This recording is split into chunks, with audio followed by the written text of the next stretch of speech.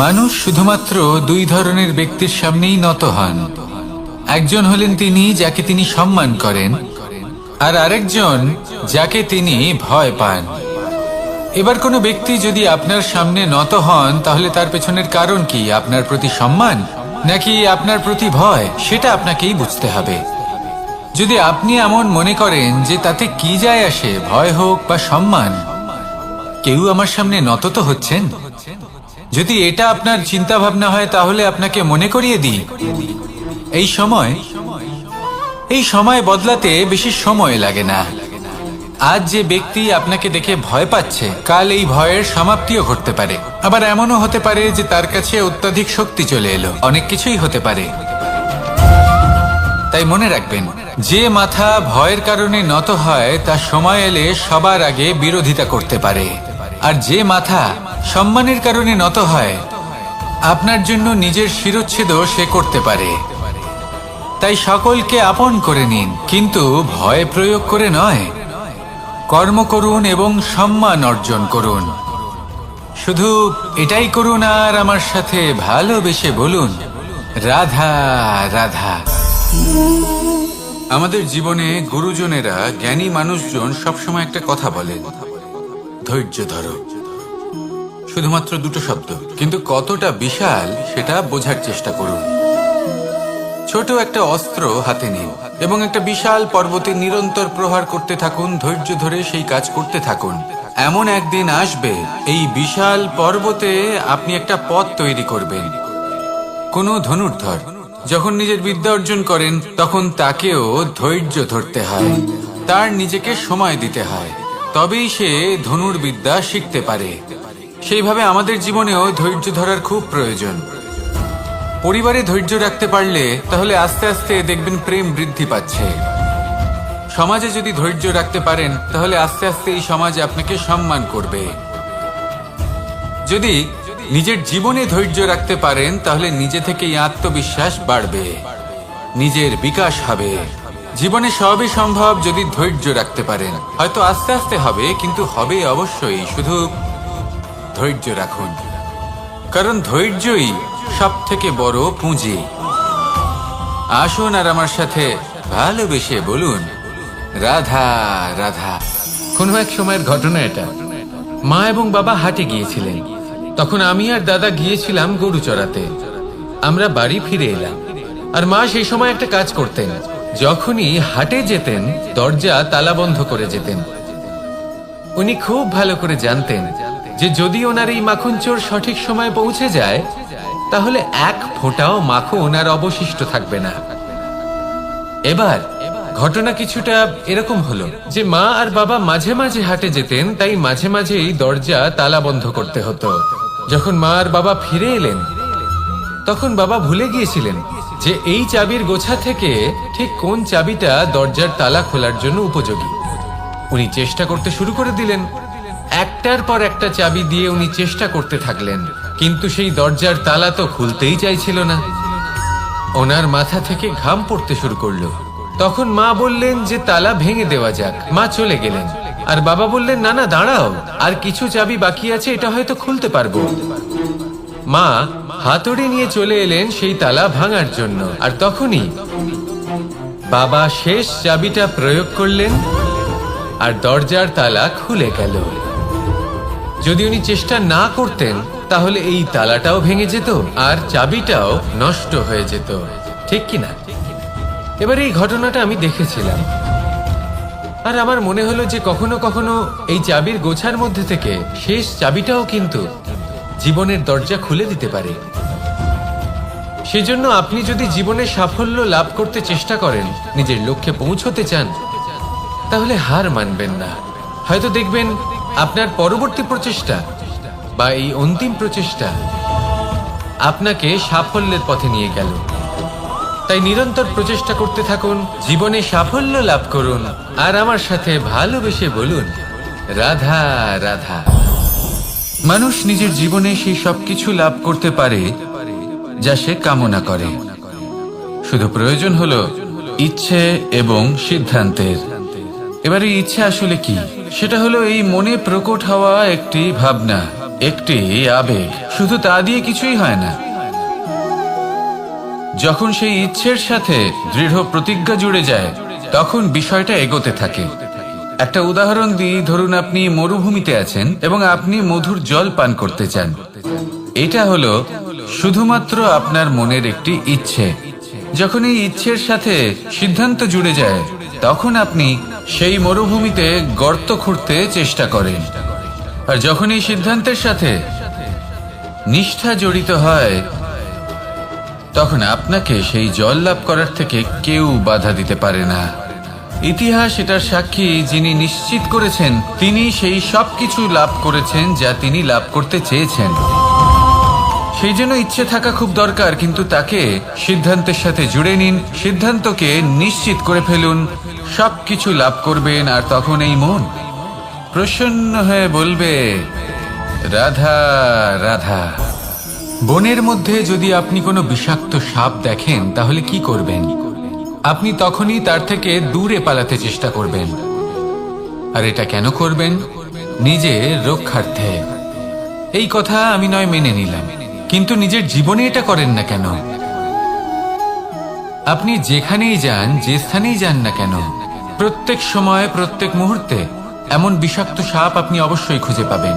আর সেই সাপ নয় যাদের আপনি বনে খুঁজে পাবেন, এরা হলো সেই সাপ যা আপনাকে পাপ করতে বাধ্য করবে।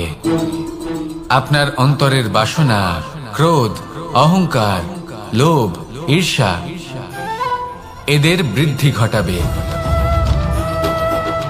দেখুন, বনের এই সাপ আপনাকে একবার ছেড়ে দিতেও পারে, ছোবল নাও মারতে পারে, কিন্তু এই যে পাপরূপী সাপ আছে তা অবশ্যই ছোবল মারবে। কর্ম যদি করেন তাহলে অবশ্যই ফল পাবেন। সেই জন্য যখনই কোথাও যাবেন, যদি এমন কাউকে দেখেন, যদি এমন কিছু দেখেন যে আপনাকে পাপ করতে বাধ্য করছে, তাহলে সেই মুহূর্তে সেখান থেকে পালিয়ে যান। যেমন বনের সাপ দেখে আপনি পালাতে থাকেন। সৎকর্মের রক্ষা অত্যন্ত আবশ্যক। আসুন আর আমার সাথে ভালোবেসে বলুন, রাধা রাধা। এই সংসারের সব থেকে বড় সুখ কি? কেউ বলবেন নিজের লক্ষ্য প্রাপ্ত করা, কেউ বলবেন ধন উপার্জন করা, কেউ বলবেন নিদ্রাই সব থেকে বড় সুখ, কেউ বলবেন রাজ্য লাভ করা, আবার কেউ বলবেন মাতার হাত থেকে খাবার খাওয়া, আদি ইত্যাদি। কিন্তু যদি সত্যি কথা বলি, এই সংসারের সব থেকে বড় সুখ হলো সেবা করা। কখনো কাউকে সেবা করে দেখুন। এই সেবা দ্বারা অন্য কোনো মানুষের আশীর্বাদ লাভ করাতেই সুখ রয়েছে। আপনার সেবা ভাব দ্বারা যখন কোনো মানুষ নিজের অন্তরাত্মা থেকে আপনাকে আশীর্বাদ করে, তার থেকে বড় সুখ আর কিছুই নেই। কারণ প্রত্যেক মানুষের মধ্যে ঈশ্বর বাস করেন। নরের সেবাই হলো নারায়ণের সেবা। নিষ্কাম সেবা করাই হলো সব থেকে বড় সুখ। তাই নিজের অন্তরে সেবার এই ভাব জাগ্রত করুন। যে সুখের কথা আমি বলছি, সেই সুখ অনুভব করেই দেখুন। এই মন সুপ্রসন্ন হয়ে বলবে, রাধা রাধা। বায়ু পঞ্চতত্ত্বের মধ্যে তৃতীয় তত্ত্ব। কেউ একে সমীর বলে, আবার কেউ একে পবন বলে। প্রথম কথা হলো এটাই যে এই বায়ু আমাদের জীবন দান করে প্রতিদিন, প্রত্যেক মুহূর্তে। এই বায়ুর কারণেই আমরা নিঃশ্বাস নিতে পারি, জীবিত থাকতে পারি। এই বায়ুই হলো সেই যা সকল মেঘেদের একত্রিত করে একটি স্থানে আর বর্ষা ঘটায়। আর এই বর্ষার কারণেই এই ধরিত্রীতে অন্ন উৎপন্ন হয়। এই বায়ুকে দেখুন, কখনো এতটা সৌম্য যে আপনার কোনোই তফাৎ বোধ হয় না, আর কখনো কখনো এমন রূপ ধারণ করে ফেলে যে অনেক বড় বড় পর্বতের আকার পর্যন্ত বদলে ফেলে। এটাই হলো বায়ুর বিশেষত্ব। বায়ু শেখায় যে সময়ের সাথে সাথে বইতে থাকো, সকলকে জীবন দান করো, সকলকে সাহায্য করো, কিন্তু যখন বিপদ সামনে আসবে তখন দৃঢ় হয়ে সম্মুখীন হও। বাধা অনুযায়ী নিজেকে গড়ে নিতে হবে। আর কখন কতটা কঠোর হতে হবে আর কখন কতটা সৌম্য হতে হবে, এটা বায়ুকে দেখে শিখুন। আর আমার সাথে ভালোবেসে বলুন, রাধা রাধা। এই সংসারের আরম্ভ থেকে এখনো পর্যন্ত এবং ভবিষ্যতেও একটা যুদ্ধ আছে, যা হয়ে চলেছে, চলতেই থাকবে। পাপ এবং পুণ্যের মধ্যে যুদ্ধ, সত্য এবং অসত্যের মধ্যে যুদ্ধ। এই যুদ্ধ চলেই আসছে, আর এই যুদ্ধে যারা লড়েন তাদের আমরা সবসময় জয় জয়কার করি। আর যারা এই জয় জয়কার করেন তাদের প্রত্যেকের একটা বিশেষ গুরুত্ব থাকে। যখনই কোনো যোদ্ধা যুদ্ধক্ষেত্রে ক্লান্ত হয়ে পড়ে, শক্তিহীন হয়ে পড়ে, তখন এরা জয় জয়কার করে, শঙ্খ বাজাতে থাকে, সেই যোদ্ধাকে অনুপ্রেরিত করে, শক্তি এবং সাহসে ভরিয়ে তোলে। আর তখন সেই যোদ্ধা সেই যুদ্ধকে এগিয়ে নিয়ে যেতে পারে। যখন শ্রীরাম লঙ্কা যাত্রা করার জন্য সেতু তৈরি করছিলেন, তখন একটা ছোট্ট মিষ্টি কাঠবিড়ালি নিজের মুখে মাটির টুকরো বয়ে নিয়ে গিয়ে তার সাধ্যমতো তাকে সাহায্য করছিল।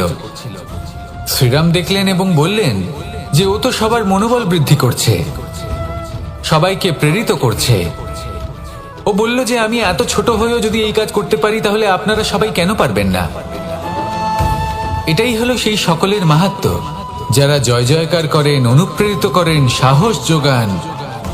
ওনারা সেই ব্যক্তি যারা একজন যোদ্ধার মধ্যে যুদ্ধকে জয় করার শক্তি প্রদান করেন।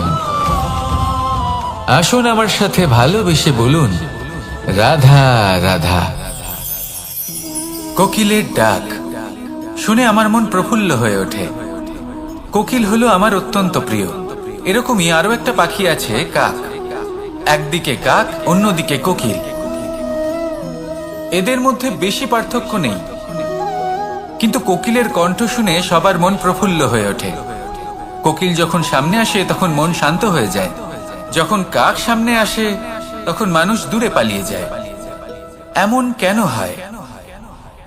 কারণ হলো বাণী।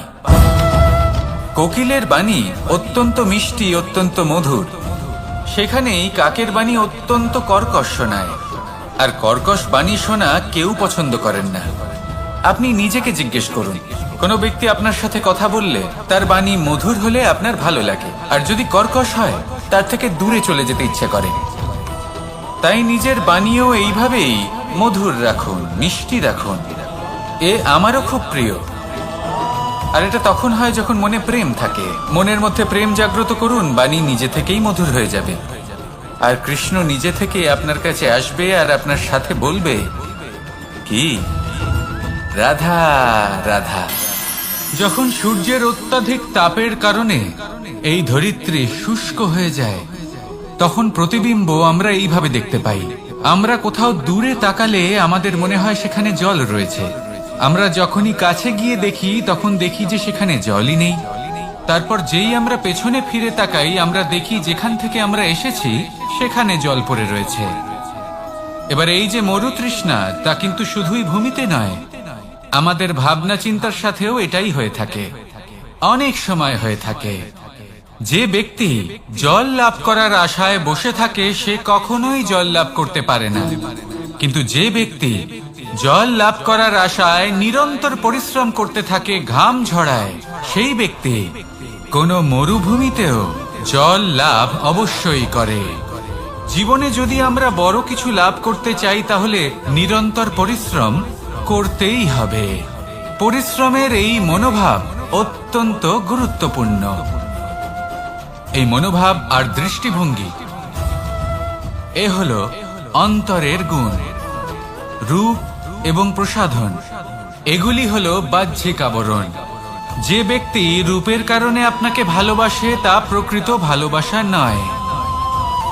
কিন্তু যে ব্যক্তি আপনার আবেগ এবং মানসিকতার জন্য আপনাকে ভালোবাসে, তাই হলো প্রকৃত ভালোবাসা।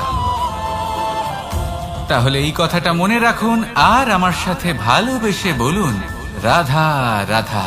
আমার অনেকগুলো নাম আছে, আর তাদের মধ্যে একটি হলো যুদ্ধ বিমুখ। এই কথা আপনারা সবাই জানেন। দাদাও আমাকে বলেছেন যে তুমি এরকম কিভাবে যুদ্ধক্ষেত্র থেকে মুখ ঘুরিয়ে পালাতে পারো কানাই। দেখুন, যেটা সময়ের দাবি ছিল আমি সেটাই করেছি। যদি আমি রণভূমি ত্যাগ করে না পালাতাম, তাহলে কে জানে কত সৈনিক নিজেদের প্রাণ হারাতেন। কে জানে কতগুলি পরিবার নিজেদের বাঁচার আশা হারাতেন। কে বলতে পারে হয়তো কত প্রাণী এই সংসার ত্যাগ করতেন। আর তাই কখনো কখনো যুদ্ধ বিমুখ হওয়াই শ্রেয়। কখনো জীবনের ক্ষেত্রেও এটা প্রযোজ্য।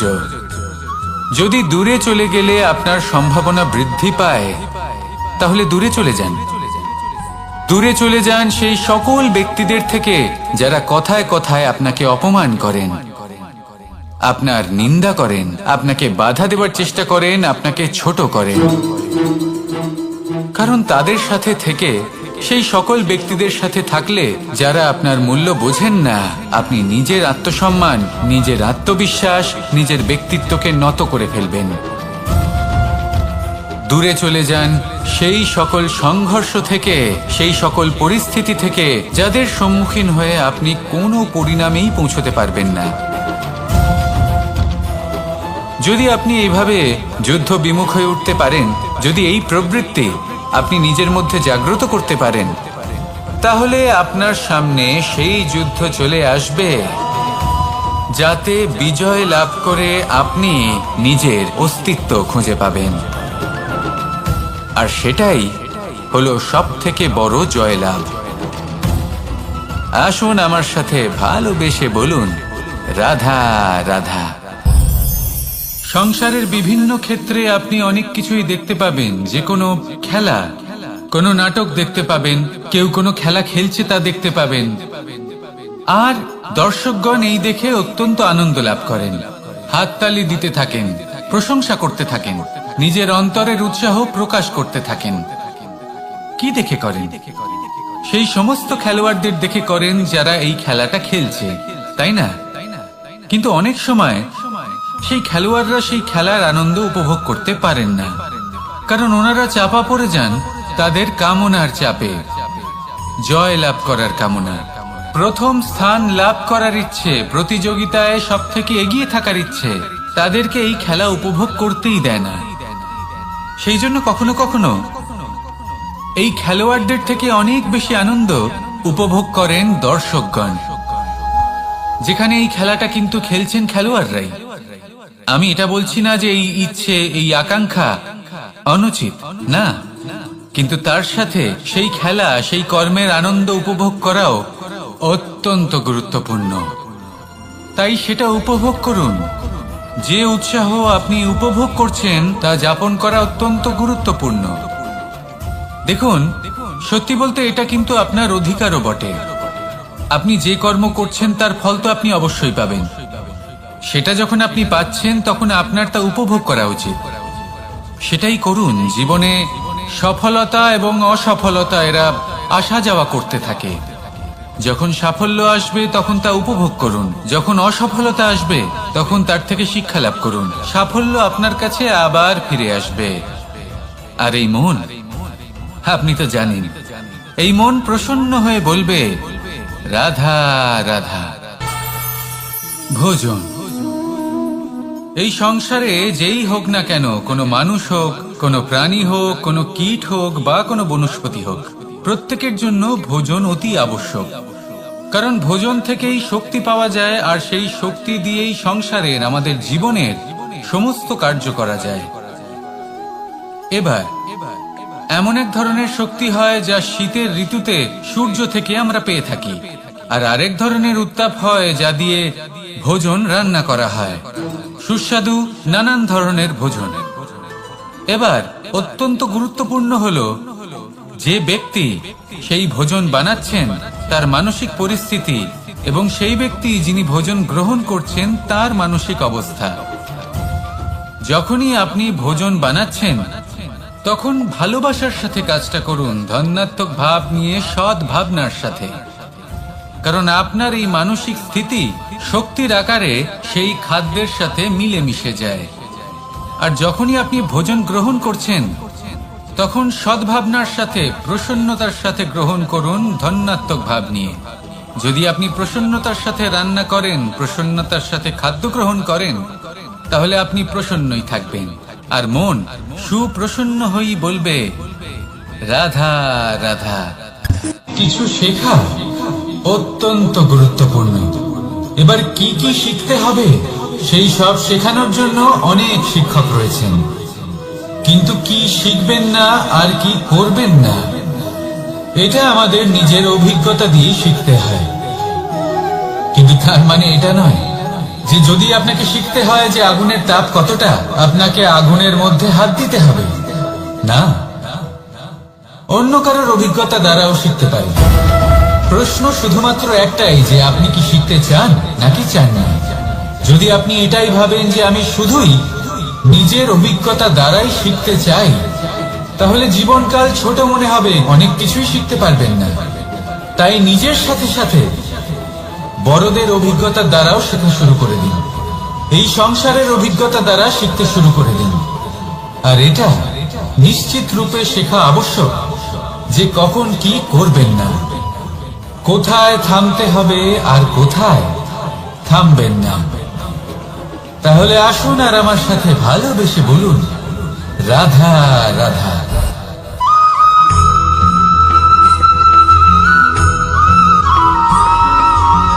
এই সংসারে সব থেকে বেশি কোমল বস্তু হলো রেশম। এই রেশম এতটাই কোমল হয় যে এর পুরো একটা থান শুধুমাত্র একটা হাতে ধরা সম্ভব। কখনো ভেবে দেখেছেন এই রেশম কিভাবে হয়? একটি কীট তার লালার দ্বারা উৎপন্ন হয়। এই কীট সেই রেশমকে পাক দিতে থাকে, পাক দিতেই থাকে আর আস্তে আস্তে তার মধ্যেই জড়িয়ে পড়ে। শেষে ওর এই সুন্দর অমূল্য সৃষ্টি রেশমের এই সুতো তার নির্মাণ কার্য পূর্ণ হয়, কিন্তু তাতেই ও নিজে বন্দী হয়ে যায়। নিজেরই মায়াজালের এই বন্দী গৃহে নিজেই ফেঁসে যায়। এবার এই সুতোকে ব্যবহারযোগ্য করে তোলার জন্য এই কীটগুলিকে এই কবচের সাথেই ফুটন্ত জলে ফেলে দেওয়া হয়।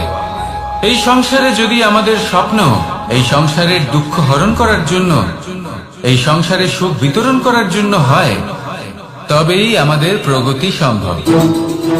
যদি আমাদের এই স্বপ্ন শুধুই আমাদের এবং আমাদের স্বার্থ সিদ্ধির জন্য হয়, তাহলে এই স্বপ্ন আমাদের অন্ধ করে দেবে, আমাদের অন্ধকারের পথে নিয়ে যাবে, আর আমরাও সেই কীটের মতো হয়ে যাব। নিজেদেরই মায়াজালে আমরা নিজেই ফেঁসে যাব, আর শেষে আমরা যদি কিছু লাভ করি তা হবে একাকিত্ব, অন্ধকারময় মৃত্যু। তাই স্বপ্ন অবশ্যই দেখুন, কিন্তু এমন ভাবে স্বপ্ন দেখবেন না যে তার এই বন্দিগৃহে আপনি নিজেই ফেঁসে গেলেন। স্বপ্ন দেখুন পরোপকারে।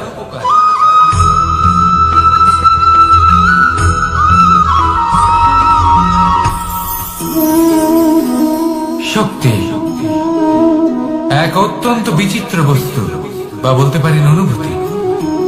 পিতা সবসময় চান যেন তিনি তার শক্তির পুত্রকে। আসুন আপনাকে সহজে বোঝাই। যদি আপনি সুপাত্র হন আর আপনাকে শক্তি দেওয়া হয়, তাহলে আপনি সেই শক্তির গুরুত্ব বুঝবেন, কোথায় সেই শক্তি প্রয়োগ করা উচিত সেটা বুঝবেন। আর এটা যেহেতু অর্জন করা শক্তি হবে, সেই শক্তির অপব্যবহার হবে না। কিন্তু যদি এই আপনি কুপাত্র হন আর যদি আপনাকে এই শক্তি দেওয়া হয়, তাহলে কি হবে? দেখতে গেলে এই শক্তি আপনি দান হিসেবে পেয়েছেন, তাই না আপনি এই শক্তির গুরুত্ব বুঝবেন আর না এর প্রয়োগ আপনি জানবেন। তার অপব্যবহার হওয়া সুনিশ্চিত। তাই যদি আপনি কোনো শক্তি অর্জন করতে চান, তাহলে আগে তার যোগ্য হয়ে উঠুন, পুত্র নয় পাত্র হয়ে উঠুন। আর আমার সাথে ভালোবেসে বলুন, রাধা রাধা।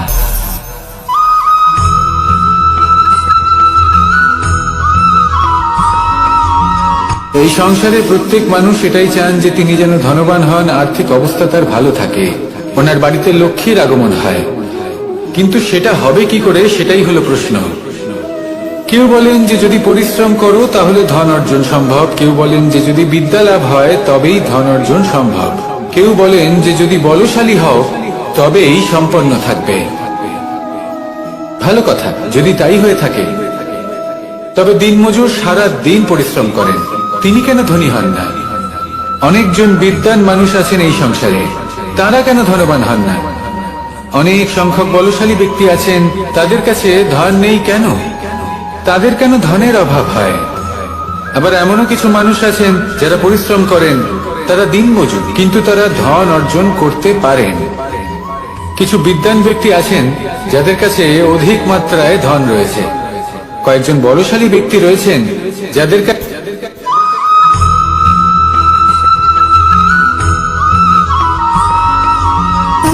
সুখ, দুঃখ এবং শক্তি, এই তিন হলো এই সংসারের ত্রিদেবের মতো।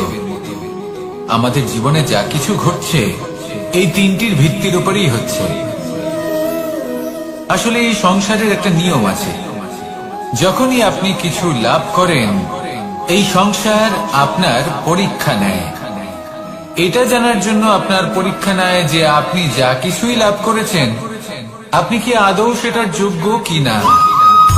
ঠিক সেইভাবেই এই সুখ, দুঃখ এবং শক্তি আপনার পরীক্ষা নিয়ে থাকে। যখন সুখ আসে তখন সে আপনার পরীক্ষা নেয় যে আপনার মধ্যে অহংবোধ জাগ্রত হয়নি তো। যদি অহংবোধ চলে আসে তাহলে সুখ সেখানেই সঙ্গ ত্যাগ করে। দুঃখ আপনার ধৈর্যের পরীক্ষা নিতে থাকে, আর যদি আপনার মধ্যে ধৈর্য না থাকে তাহলে এটা আপনাকে আরো বেশি দুঃখের গভীর অন্ধকারে ঠেলে দেবে। সেখানে শক্তি পরীক্ষা নেয় আপনার বিনম্রতা। যদি আপনি বিনম্র না হন তাহলে হয় এই শক্তি আপনার সঙ্গ ত্যাগ করবে, নয় এই শক্তি বিনম্রতার অভাবে আপনার পতনের কারণ হতে পারে। এই সংসারে যে কোনো ব্যক্তি যিনি এই পরীক্ষায় উত্তীর্ণ হয়ে থাকেন এই জীবনে তিনি সাফল্য লাভ করেন। আসুন আমার সাথে ভালোবেসে বলুন, রাধা রাধা।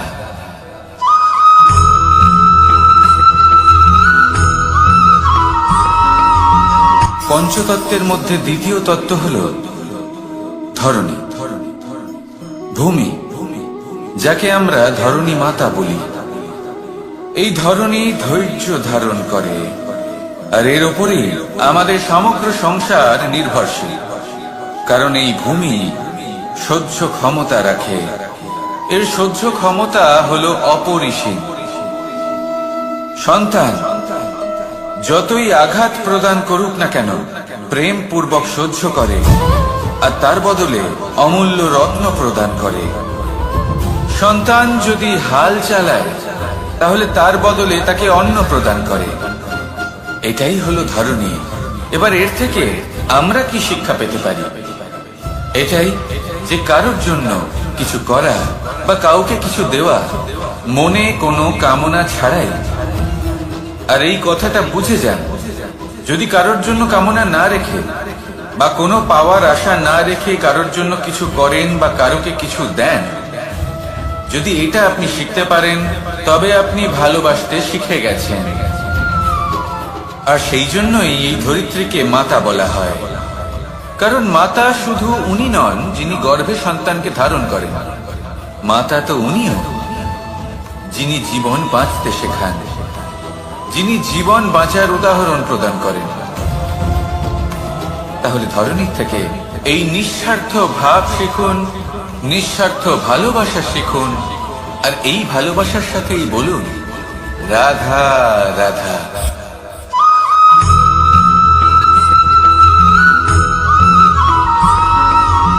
মানুষ জন্মগ্রহণ করে, তার সাথে ভয়েরও জন্ম হয়।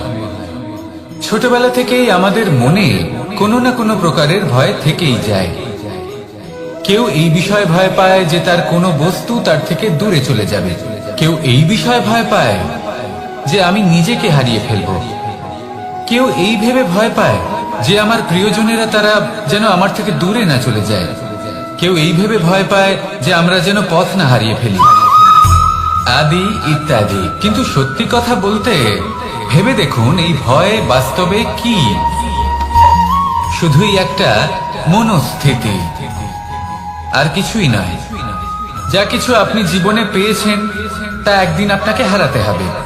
এই জীবন হলো আপনারই, কিন্তু তাও একদিন সমাপ্ত হবে। তাই ভয় পেয়ে কি লাভ? এই ভয় শুধু আপনাকে জীবন যাপন করা থেকে বাধা দিচ্ছে, আর কিচ্ছু নয়। পথ হারিয়ে ফেললেই বুঝতে পারবেন যে নতুন পথ কিভাবে বানাতে হয়। কিছু মানুষকে জীবন থেকে হারালে তবেই আপনি বুঝবেন যে আপনার আপনজনকে। এই ভয়ের কারণে ভীত হয়ে থাকবেন না। এই তারা নক্ষত্র অন্ধকারের অভাবে গুরুত্ব হারায়। শিবকেও মহাদেব হওয়ার জন্য বিষ পান করতে হয়েছিল। প্রত্যেক পরিস্থিতি, প্রত্যেক সাফল্য আপনার পরীক্ষা নেবে, তাতে উত্তীর্ণ হওয়া হলো আপনার কর্ম।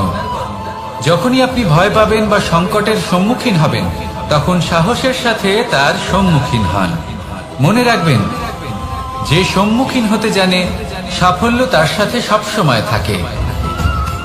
আসুন আর আমার সাথে ভালোবেসে বলুন, রাধা রাধা।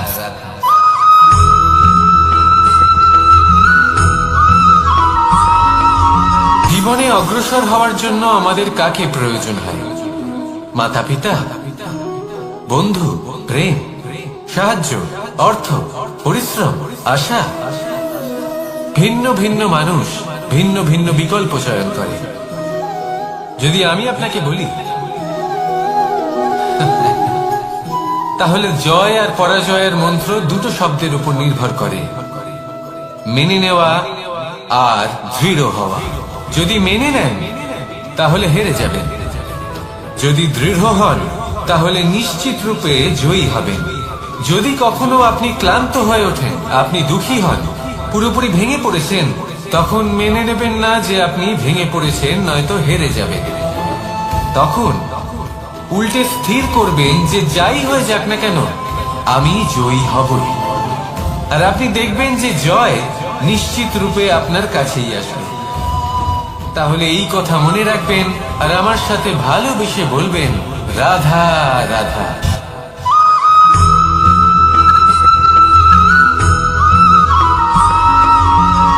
এই সংসারে কোনো বস্তু হোক বা ব্যক্তি হোক, তার একার গুরুত্ব কিন্তু খুব বেশি নয়। একটা উদাহরণ হিসেবে বৃষ্টির ফোঁটাকে ভেবে দেখুন। যদি একটি বৃষ্টির ফোঁটা হয় তাহলে তার খুব বেশি গুরুত্ব থাকে না, কিন্তু যখন সহস্র বৃষ্টির ফোঁটা মেঘের মধ্যে দিয়ে ঝরে পড়ে, তখন সেটা বর্ষার রূপ ধারণ করে। সেই বর্ষা যা এই প্রকৃতিকে শান্ত করে। সেইভাবেই পাথরের ছোট টুকরো, তার খুব বেশি গুরুত্ব থাকে না, কিন্তু যখন অসংখ্য পাথরের টুকরো একত্রিত হয় তখন তা পর্বতের আকার ধারণ করে। সেইভাবেই কিছু মানুষ যখন একত্রিত হন তখন তৈরি হয় পরিবার, কিছু পরিবার যখন একত্রিত হয় তখন তৈরি হয় সমাজ, যখন অনেক সংখ্যক সমাজ একত্রিত হয় তখন তৈরি হয় রাজ্য। এবার এই রাজ্যের সব থেকে গুরুত্বপূর্ণ ব্যক্তি হতে পারেন রাজা, কিন্তু তাও সেই রাজা একা কিছু করতে পারেন না। যুদ্ধ লড়ার সময় তারও নিজের সৈন্যদলকে প্রয়োজন পড়ে। কিন্তু এই সংসারে এমন একজন ব্যক্তি আছেন যিনি একাই সব কাজ করতে থাকেন, এবং সেই ব্যক্তি হলেন মা। আমাদের জীবনে একজন পিতার ভূমিকা কিন্তু নিঃসন্দেহে অমূল্য, কিন্তু আমাদের সকলের জীবনে যে ভূমিকা একজন মায়ের তা অন্য কারোর থাকে না। একজন মা একাই সন্তানকে বড় করতে পারেন, সংস্কারী করে তুলতে পারেন, তার জন্য পরিশ্রম করেন। আর এত কিছু কাজ করার পরেও তার কাজের জন্য তিনি প্রশংসা অবশ্য পান না। উল্টে যদি সেই সন্তান অনুচিত পথে চালিত হয়, অনুচিত কর্ম করে, তখন সেই মাকেই অপবাদের পাত্র হয়ে উঠতে হয়। আমাদের জীবনে মায়ের যোগদান কতটা সেটা বুঝুন। আপনাকে বড় করে তোলার জন্য উনি কতটা পরিশ্রম করেছেন সেটা বুঝুন। আজ থেকে, এখন থেকে, এই মুহূর্ত থেকে মাকে সম্মান করতে শিখুন। যখন সময় পাবেন, যখন সুযোগ হবে, তখন তার প্রশংসা করুন, ওনারও ভালো লাগবে। আর মায়ের এই মমতার জন্য, তার এই ভূমিকার জন্য আসুন সবাই মিলে আমরা তাকে প্রণাম করি, আর সকলে মিলে ভালোবেসে বলি, রাধা রাধা।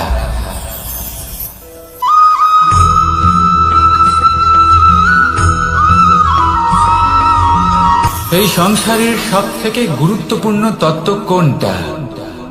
প্রথম হলো সময়। জন্ম থেকে মৃত্যু পর্যন্ত এই যে সময়, এটাই তো হলো জীবন। দ্বিতীয় হলো জীবন, যাতে আমরা সময়ের সদ্ব্যবহার করি, শ্রেষ্ঠ থেকে শ্রেষ্ঠতর কাজ করার চেষ্টা করি।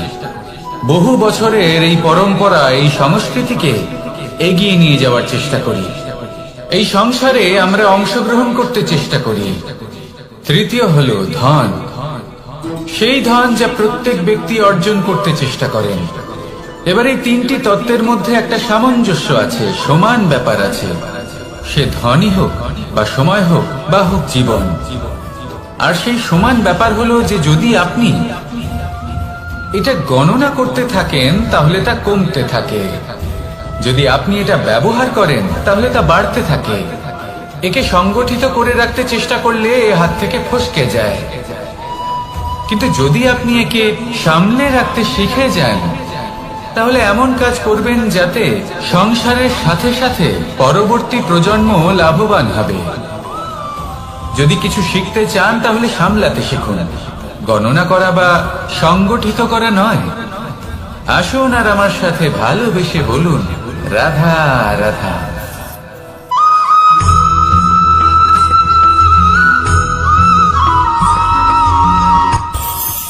এই সংসারে আমরা প্রকাশ কোথা থেকে পাই? এর উত্তর বড়ই সরল। ভোরে যখন সূর্যোদয় হয় তখন প্রকাশের কিরণ আমাদের ঘরে এসে পৌঁছয়। এইভাবেই আমরা প্রকাশ লাভ করি। এবার এই প্রকাশের আলোতেই আমরা সারাদিনের কাজ সম্পন্ন করি।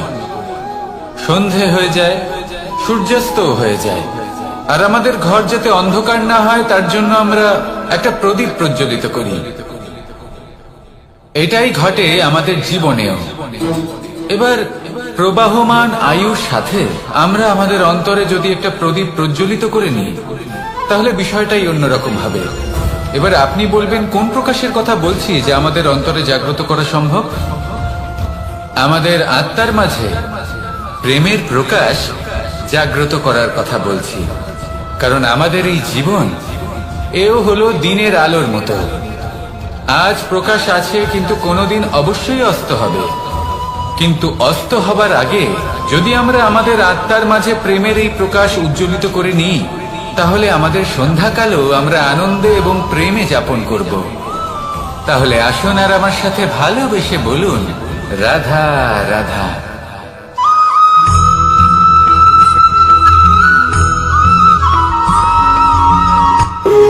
যখন মানুষের মৃত্যু হয় তখন কি হয়? অনেক সংখ্যক মানুষ শোক পালন করতে চলে আসেন। যে ব্যক্তি মৃত্যু লাভ করেছেন তার অনেক বস্তু থাকে যেগুলো তার প্রিয়, যেগুলো তিনি ব্যবহার করেছেন। তার শয্যা, তার বস্ত্র, তার আভূষণ সবকিছু তার থেকে বিচ্ছিন্ন করা হয় এবং খালি হাতে তাকে শ্মশানের উদ্দেশ্যে রওনা করা হয়। আমি আপনাকে এই প্রশ্ন করতে চাই, আপনি এই সংসারে কি অর্জন করেছেন? ধন, সম্পত্তি, বস্ত্র, আভূষণ, এই সবকিছু যে আপনি অর্জন করেছেন আপনার মৃত্যুর পরে তা আপনার থেকে দূর হয়ে যাবে। এর উত্তর হলো একটাই, আপনার কর্ম। শুধু সেটাই আছে যা একান্ত আপনার, আর শুধু সেটাই এই সংসার থেকে চলে যাওয়ার পরেও সংসারে জীবিত থাকবে। যদি আপনি দুষ্কর্ম করেন তাহলে এই সংসার আপনাকে একটি অনুচিত উদাহরণ হিসেবে মনে রাখবে যে এই ব্যক্তি খুব পাপী ছিল, অনুচিত কর্ম করতেন। যে পথে তিনি চলেছেন সেই পথে কারোর চলা উচিত নয়। সেখানেই যদি আপনি সৎকর্ম করেন তাহলে সংসার চিরকাল এটাই বলবে যে খুব ভালো মানুষ ছিলেন, সবাইকে ভালোবাসতেন, সবাইকে সাহায্য করতেন, আমার খুব প্রিয় মানুষ ছিলেন। এটাই হলো শ্রেষ্ঠ কর্ম। সেই জন্য জীবনে শুধুমাত্র ধন, সম্পত্তি, আভূষণ এই সব অর্জন করতে গিয়ে নিজের মনোনিবেশ করবেন না। শ্রেষ্ঠ কর্ম করুন। সংসার থেকে চলে যাওয়ার পরেও এই কর্মই এই সংসারে আপনাকে জীবিত রাখবে। আসুন আমার সাথে ভালোবেসে বলুন, রাধা রাধা।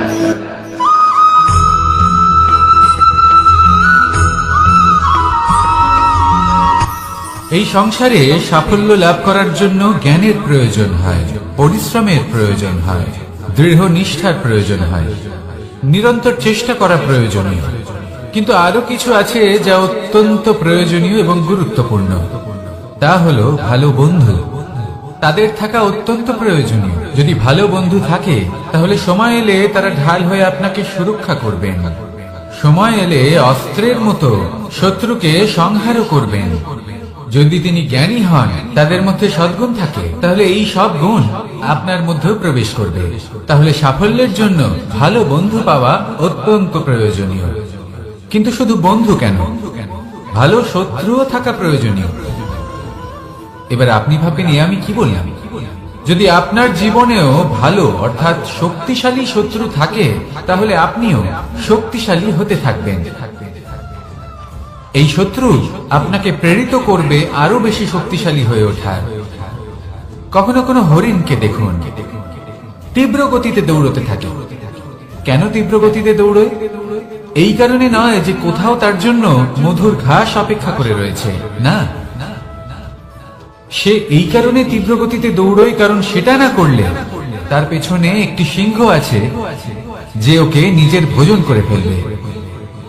তাই জীবনে বিপদ, সংকট, এই সবকিছুও হলো অত্যন্ত গুরুত্বপূর্ণ। তার সম্মুখীন হতে শিখুন আর আমার সাথে ভালোবেসে বলুন, রাধা রাধা।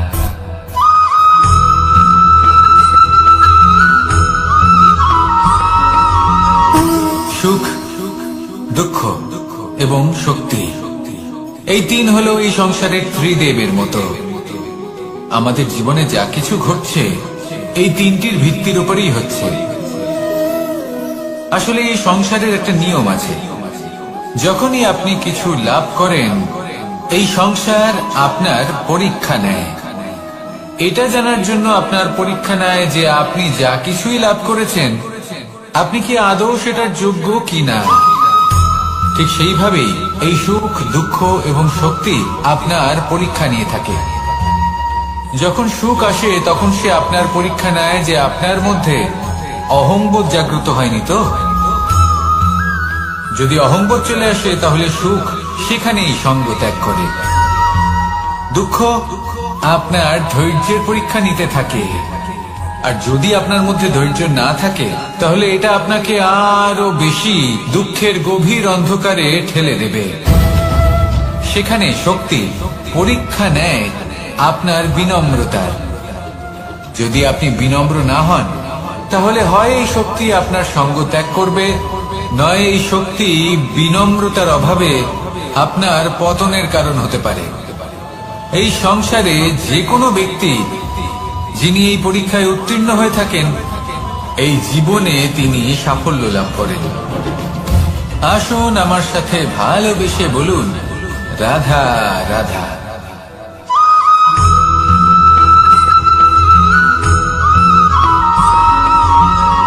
পুরুষার্থ।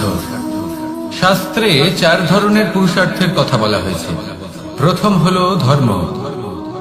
আপনি কি জানেন এই ধর্ম আসলে কি? আপনার কি মনে হয় ধর্ম আসলে কি?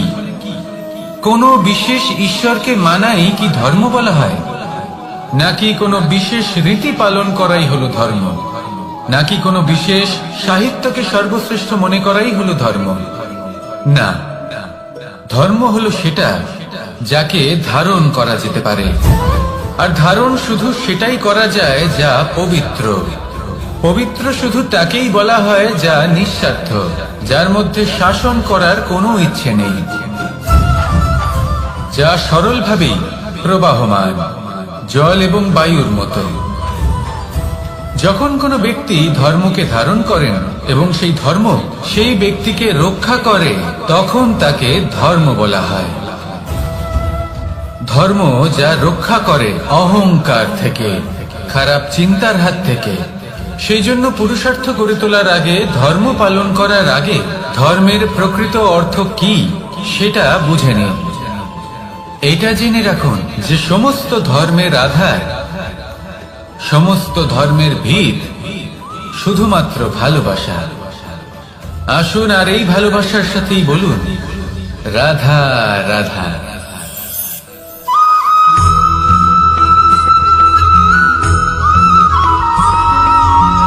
এই সংসারে সব থেকে বেশি কোমল বস্তু হলো রেশম। এই রেশম এতটাই কোমল হয় যে এর পুরো একটা থান শুধুমাত্র একটা হাতে ধরা সম্ভব। কখনো ভেবে দেখেছেন এই রেশম কিভাবে হয়? একটি কীট তার লালার দ্বারা উৎপন্ন হয়। এই কীট সেই রেশমকে পাক দিতে থাকে, পাক দিতেই থাকে আর আস্তে আস্তে তার মধ্যেই জড়িয়ে পড়ে। শেষে ওর এই সুন্দর অমূল্য সৃষ্টি রেশমের এই সুতো তার নির্মাণ কার্য পূর্ণ হয়, কিন্তু তাতেই ও নিজে বন্দী হয়ে যায়। নিজেরই মায়াজালের এই বন্দী গৃহে নিজেই ফেঁসে যায়। এবার এই সুতোকে ব্যবহারযোগ্য করে তোলার জন্য এই কীটগুলিকে এই কবচের সাথেই ফুটন্ত জলে ফেলে দেওয়া হয়। এই সংসারে যদি আমাদের স্বপ্ন এই সংসারের দুঃখ হরণ করার জন্য, এই সংসারে সুখ বিতরণ করার জন্য হয়, তবেই আমাদের প্রগতি সম্ভব। যদি আমাদের এই স্বপ্ন শুধুই আমাদের এবং আমাদের স্বার্থ সিদ্ধির জন্য হয়, তাহলে এই স্বপ্ন আমাদের অন্ধ করে দেবে, আমাদের অন্ধকারের পথে নিয়ে যাবে, আর আমরাও সেই কীটের মতো হয়ে যাব। নিজেদেরই মায়াজালে আমরা নিজেই ফেঁসে যাব, আর শেষে আমরা যদি কিছু লাভ করি তা হবে একাকিত্ব, অন্ধকারময় মৃত্যু। তাই স্বপ্ন অবশ্যই দেখুন, কিন্তু এমন ভাবে স্বপ্ন দেখবেন না যে তার এই বন্দিগৃহে আপনি নিজেই ফেঁসে গেলেন। স্বপ্ন দেখুন পরোপকার।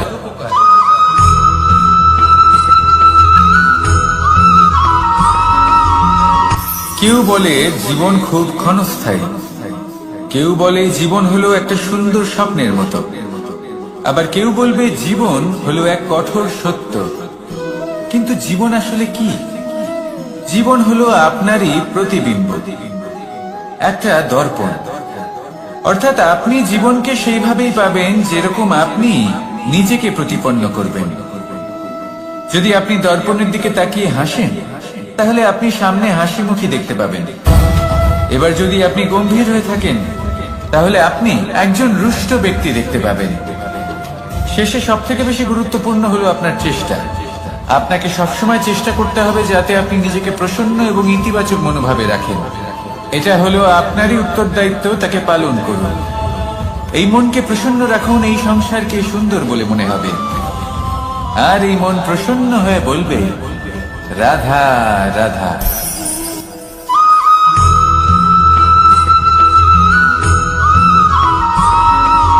জীবনে যখন কোনো ব্যক্তি নিজের লক্ষ্য প্রাপ্তির জন্য নিরন্তর পরিশ্রম করতে থাকেন, চেষ্টা করতে থাকেন, তখন তিনি কষ্ট অনুভব করেন, কখনো শারীরিক কষ্ট, কখনো মানসিক কষ্ট।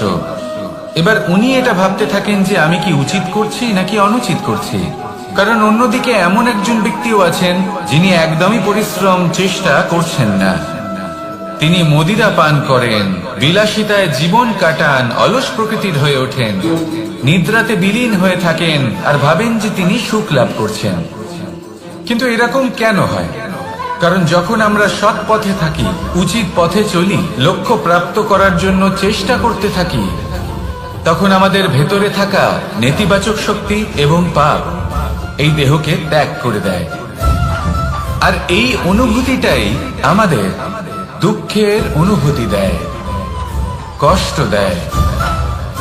এবার সেখানে যদি আমরা কুপথে চলি, অনুচিত পথে চলতে থাকি, তাহলে আমাদের ভেতরে থাকা পুণ্য এবং ধনাত্মক শক্তি আমাদের দেহ ত্যাগ করে দেয়।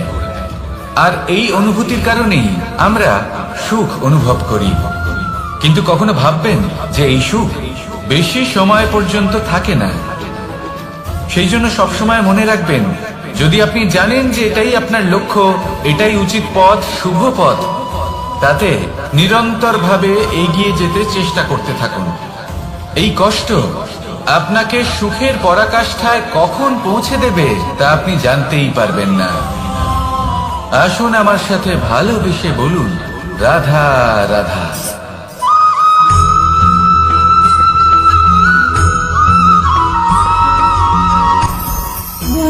ভোজন।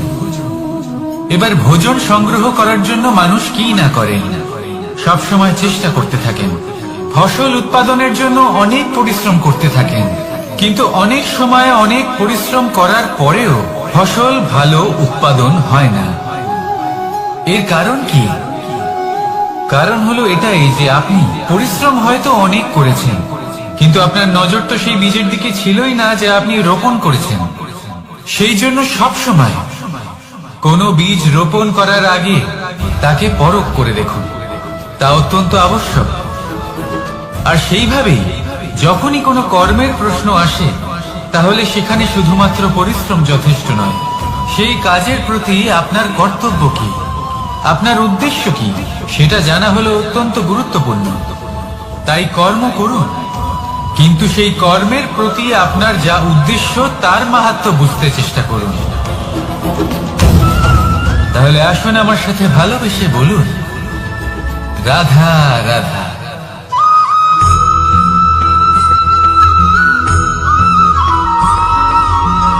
পিতা আর পুত্রের সম্পর্ক অত্যন্ত মধুর হয়ে থাকে। পিতা স্বপ্ন দেখেন, তাকে পূর্ণ করার সকল সম্ভাব্য চেষ্টা করেন, কিন্তু তাও অনেক সময় ওনার স্বপ্ন অপূর্ণ থেকে যায়।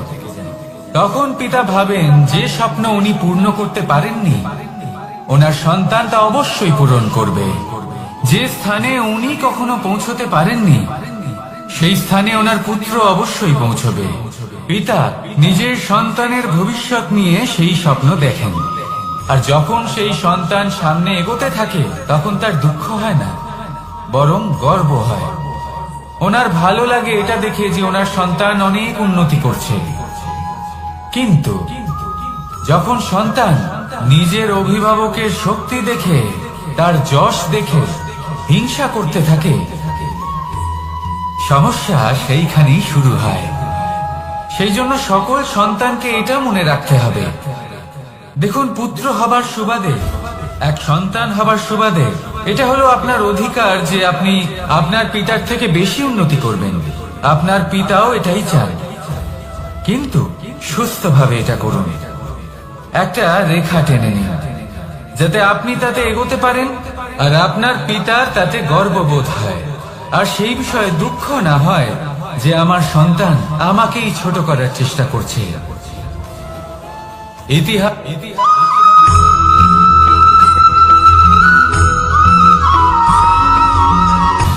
সময়, জীবন, কাল।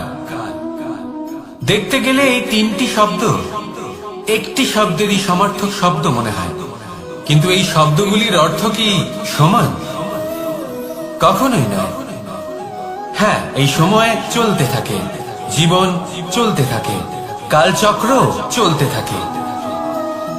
এই সময় কেটে যায়, কিন্তু এই জীবন, একে যাপন করতে হয়। কি বলেন? এই জীবনে কিছু করুন বা কিছু না করুন, জীবন এমনি কেটে যাবে, আপনি জানতেও পারবেন না। কিন্তু সেটা আমাদের উদ্দেশ্য নয়, একে যাপন করতে হবে। এই জীবনে প্রেরণা পেতে শিখুন, প্রেরণা দিতে শিখুন, আহ্বান গ্রহণ করতে শিখুন, আহ্বান জানাতে শিখুন, মহান কাজ করতে শিখুন, ধন্যাত্মক বোধ জাগিয়ে তুলুন। জীবন অতিবাহিত করার অর্থ কি তা আপনি শিখে যাবেন, কারণ সময় কেটে যায়, সমস্ত যুগ কেটে যায়, কিন্তু জীবনের রীতি জীবন কাটিয়ে দেওয়া নয়, জীবন যাপন করা। এই জীবন সম্পূর্ণরূপে অনুভব করতে হবে, নতুন পথ বানাতে হবে। এবারে যদি এই জীবন বাঁচার সময় একবার ভেবে দেখুন, যদি মনে প্রেম থাকে, সদ্ভাবনা থাকে, তাহলে কি হবে? এই জীবনকে বাঁচার অনুভূতিটাই অন্যরকম হয়ে যাবে, একটা আনন্দময় অনুভূতি লাভ করবে। তাহলে এটাই করুন, আর আমার সাথে ভালোবেসে বলুন, রাধা রাধা।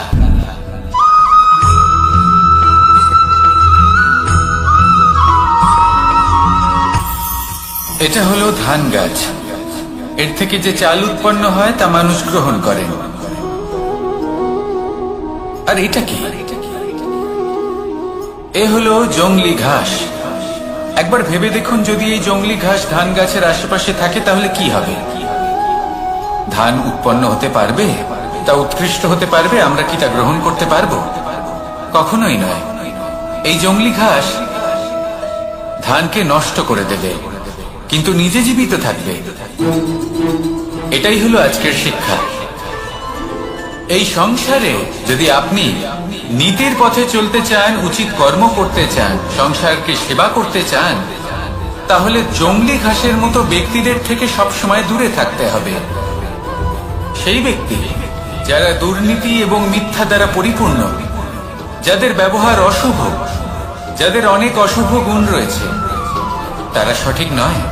সেই সকল ব্যক্তি যাদের চরিত্র অত্যন্ত দুষ্ট হয়, তারা হয় শুভ চরিত্রের ব্যক্তিকে একদম নষ্ট করে দেয়, নয় নিজের মতো বানিয়ে তোলে। তাই যদি আপনি নীতির পথে চলতে চান, এই সংসারের জন্য শুভ কর্ম করতে চান, তাহলে সেই সঙ্গ লাভ করুন যে সঙ্গ জ্ঞানে পরিপূর্ণ, যাদের মধ্যে অনেক গুণ আছে, যাদের থেকে প্রতিদিন কিছু শিখতে পারবেন। এমন ব্যক্তির সাথে জীবন অতিবাহিত করুন, দুরাচারীদের থেকে দূরে থাকুন। তবেই এই মন প্রসন্ন হয়ে বলবে, রাধা রাধা।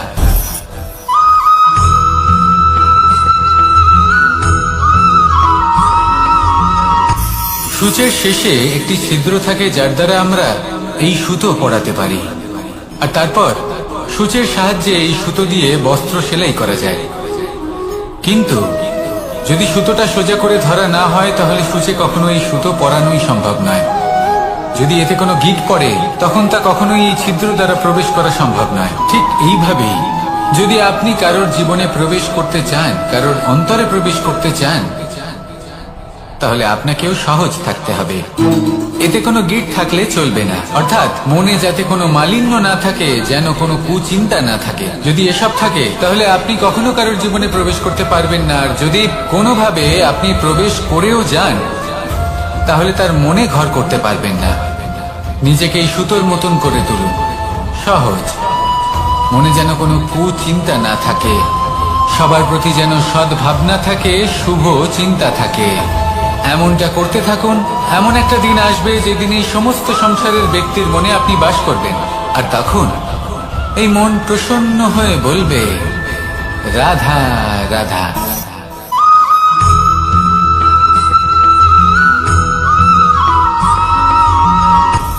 আপনি কখনো পর্বতের শিখরে উঠেছেন? আপনি দেখতে পাবেন পর্বতের পদতলে প্রচুর সুন্দর ফুল রয়েছে, সবুজ বনানী রয়েছে। যত আপনি ওপরে উঠতে থাকবেন, তত ফুল কমতে থাকবে, সবুজ বনানী কমতে থাকবে। আরো কিছুটা ওপরে উঠলে কাঁটা জাতীয় গাছ দেখতে পাবেন, শুকনো গাছ দেখতে পাবেন। আরো যদি ওপরে ওঠেন, তাহলে পাষাণ দেখতে পাবেন। আরো ওপরে উঠলে হিমখণ্ড দেখতে পাবেন। এই যে পর্বত, তা মনুষ্য জীবনের সব থেকে উত্তম উদাহরণ। মানুষ যখন সাফল্যের শিখরে পৌঁছতে চান, মহানুভবতার শিখরে পৌঁছতে চান, পথে যত আস্তে আস্তে উপরে উঠতে থাকেন, ততই ভৌতিক বস্তু তার থেকে বিচ্ছিন্ন হতে থাকে। যদি তিনি সেই ভৌতিক বস্তুগুলি ত্যাগ না করতে পারেন, তাহলে কখনোই সেই স্থানে পৌঁছতে পারবেন না। আর মানুষ যদি উচিত ত্যাগ করতে পারেন, পথে অগ্রসর হতে থাকেন, এগোতে থাকেন, তাহলে একদিন না একদিন তিনি মহানুভবতার, জ্ঞানের, সাফল্যের হিমের স্বাদ অবশ্যই লাভ করবেন। মনে রাখবেন, মানব জীবনে ত্যাগ হলো অত্যন্ত গুরুত্বপূর্ণ অংশ। আসুন আমার সাথে ভালোবেসে বলুন, রাধা রাধা।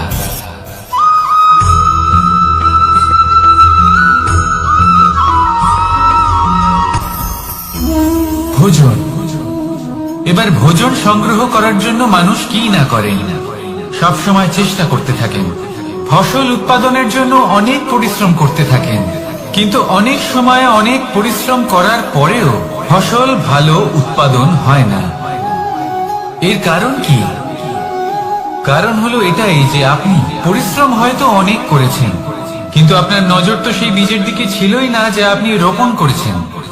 সেই জন্য সব সময় কোনো বীজ রোপণ করার আগে তাকে পরখ করে দেখুন, তা অত্যন্ত আবশ্যক। আর সেইভাবেই যখনই কোনো কর্মের প্রশ্ন আসে, তাহলে সেখানে শুধুমাত্র পরিশ্রম যথেষ্ট নয়। সেই কাজের প্রতি আপনার কর্তব্য কি, আপনার উদ্দেশ্য কি, সেটা জানা হলো অত্যন্ত গুরুত্বপূর্ণ। তাই কর্ম করুন, কিন্তু সেই কর্মের প্রতি আপনার যা উদ্দেশ্য তার মাহাত্ম্য বুঝতে চেষ্টা করুন। তাহলে আসুন আমার সাথে ভালোবেসে বলুন, রাধা রাধা।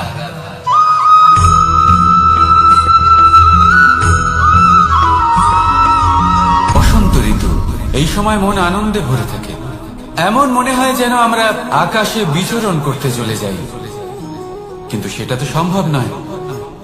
সেই জন্য হয়তো আমরা ঘুড়ি ওড়াই, এই ঘুড়িকে নিজেদের প্রতিরূপ মনে করে।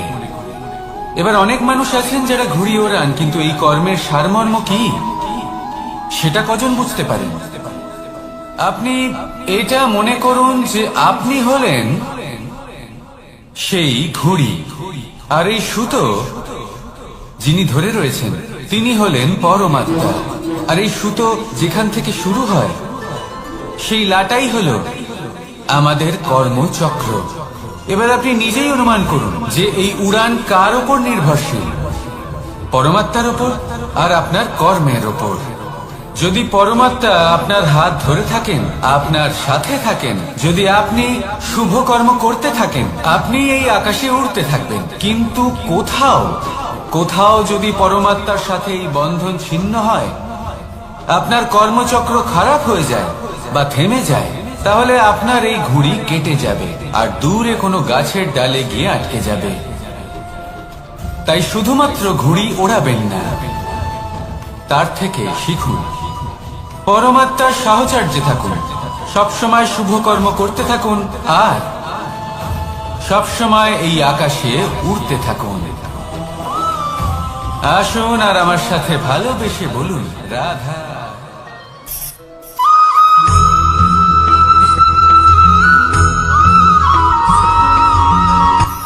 এই সংসারে সাফল্য লাভ করার জন্য জ্ঞানের প্রয়োজন হয়, পরিশ্রমের প্রয়োজন হয়, দৃঢ় নিষ্ঠার প্রয়োজন হয়, নিরন্তর চেষ্টা করা প্রয়োজনীয়। কিন্তু আরো কিছু আছে যা অত্যন্ত প্রয়োজনীয় এবং গুরুত্বপূর্ণ। তা হলো ভালো বন্ধু। তাদের থাকা অত্যন্ত প্রয়োজনীয়। যদি ভালো বন্ধু থাকে তাহলে সময় এলে তারা ঢাল হয়ে আপনাকে সুরক্ষা করবেন।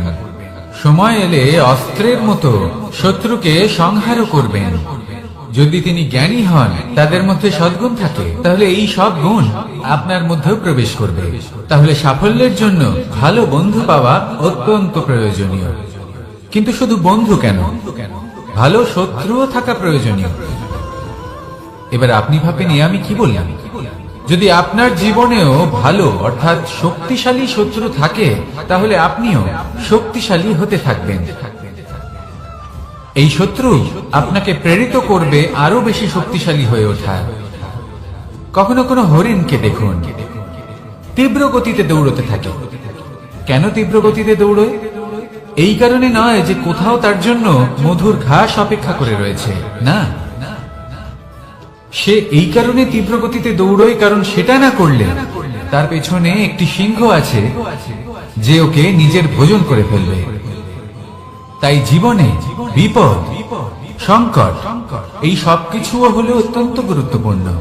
তার সম্মুখীন হতে শিখুন আর আমার সাথে ভালোবেসে বলুন, রাধা রাধা।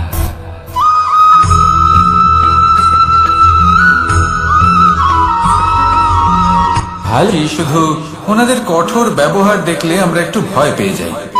এবার ওনাদের এই কঠোর ব্যবহার আমাদের ভালো না লাগলেও অত্যন্ত আবশ্যক, কারণ মাতার থেকে আমরা যে শক্তি লাভ করি তা যেন নিয়ন্ত্রণ হারিয়ে বিধ্বংসী না হয়ে ওঠে। আমরা যেন কোনো কুপথে না চলে যাই, আমরা কখনো যেন দোষ না করে ফেলি।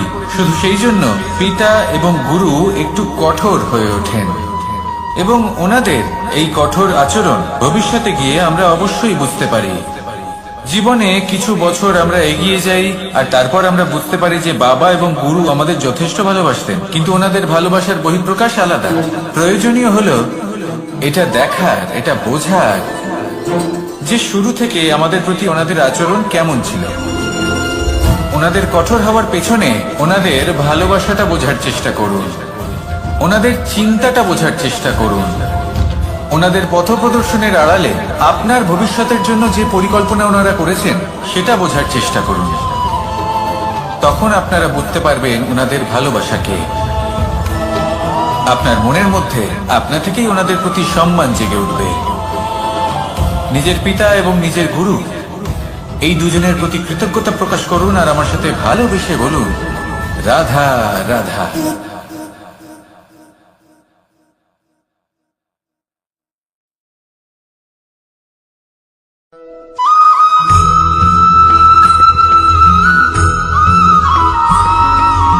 কথায় আছে, প্রত্যেক পুত্র তার পিতার প্রতিচ্ছবি হয়, আর সমস্ত প্রতিচ্ছবি চায় যেন সে তার অস্তিত্ব প্রাপ্ত করতে পারে। পুত্র চায় সে যেন তার পিতার মতো হয়, বা কখনো কখনো তার থেকেও শ্রেষ্ঠ হয়। সেটা কোনো অনুচিত ব্যাপার নয়। অনুচিত তখন হয় যখন পুত্র নিজের পিতার মতো হবার স্বপ্ন পূরণ করতে গিয়ে বা তার থেকেও শ্রেষ্ঠ হওয়ার স্বপ্ন পূরণে অনুচিত পথের আশ্রয় নেয়। কারণ তারপরে সে তার পিতার গুণগুলি আত্মসাৎ করতে চায় না। সে শুধুই এটা চায় যে সংসারের চোখে যেন আমি শ্রেষ্ঠ প্রমাণিত হই। এটা অনুচিত। সংসারে এমন অনেক মানুষ আছেন যারা এই কারণে শ্রেষ্ঠ হওয়ার চেষ্টা করেন যাতে তার পরিবারে তার পিতার সম্মান বৃদ্ধি পায়। এমনও মানুষ থাকেন, আর এটাই হলো পার্থক্য উদ্দেশ্যে। মনে রাখবেন, যদি আপনার উদ্দেশ্য শুভ হয় তাহলে পথও শুভ হবে, যদি আপনার উদ্দেশ্য অশুভ হয় তাহলে পথও অশুভ হবে। তাহলে নিজের পিতার মতো হবার চেষ্টা অবশ্যই করুন, তার থেকেও শ্রেষ্ঠ হওয়ার চেষ্টা অবশ্যই করুন, কিন্তু মনে রাখবেন আপনার সংকল্প আর আপনার উদ্দেশ্য এই দুই শুভ হওয়া উচিত। তাহলে আসুন আর আমার সাথে ভালোবেসে বলুন, রাধা রাধা।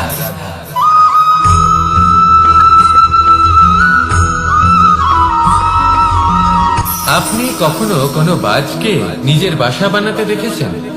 এই বাজ যখনই কোনো বাসা বানায় তখন উঁচু গাছের ডালে বা কোনো পর্বতের শিখরে বাসা বানায়, অনেক উচ্চতায়, আর সেখানে তার সন্তানও জন্মগ্রহণ করে। যখন এই সন্তানেরা জন্মায় তখন এই বাজ খুবই ভালোবেসে এবং খুব সাবধানে এদের পালন পোষণ করে। নিজের ঠোঁট দিয়ে তাদের ঠোঁটে খাবার পরিবেশন করে। কিন্তু যেই সেই সন্তানেরা হৃষ্টপুষ্ট হয়ে যায় এবং সেই কথা বাজ নিজে বুঝতে পেরে যায়, সেই বাজ নিজেই সেই বাসা ছিন্ন ভিন্ন করে দেয়। সেই সন্তান যাদের সবেমাত্র ডানা গজিয়েছে, কিভাবে উঠতে হয় তারা জানে না, সেই সন্তানগুলিকে উচ্চতা থেকে ঠেলে দেয়। সেই সন্তান প্রথমে ভয়ভীত হয়ে যায়। তারা সামনে মৃত্যুকে দেখতে পেয়ে ভয়ের কারণে তাদের ডানা ঝাপটাতে থাকে, আর সেই প্রক্রিয়াতেই সেই সন্তানগুলি উড়তে শুরু করে দেয়। এবার এই ঘটনায় আমরা কি শিক্ষা পেতে পারি? এটাই, যদি আপনি মাতা পিতা হন তাহলে নিজের সন্তানকে অবশ্যই স্নেহ করুন, কিন্তু তাদেরকে নিজের আঁচলের তলায় বেঁধে রাখবেন না। যদি আপনি চান আপনার সন্তান জীবনে উন্নতি করুক, তাহলে নিজের মুঠো থেকে তাদের স্বতন্ত্র করে দিন। এই সংসারে সংঘর্ষ করতে দিন। সেই সন্তান নিজেই বুঝতে পারবে যে জন্মের সময় পাওয়া ডানা কি করে ব্যবহার করতে হয়। আর আপনার চোখের সামনে আপনার সন্তান এই আকাশে উড়তে থাকবে। তাহলে আসুন আমার সাথে ভালোবেসে বলুন, রাধা রাধা।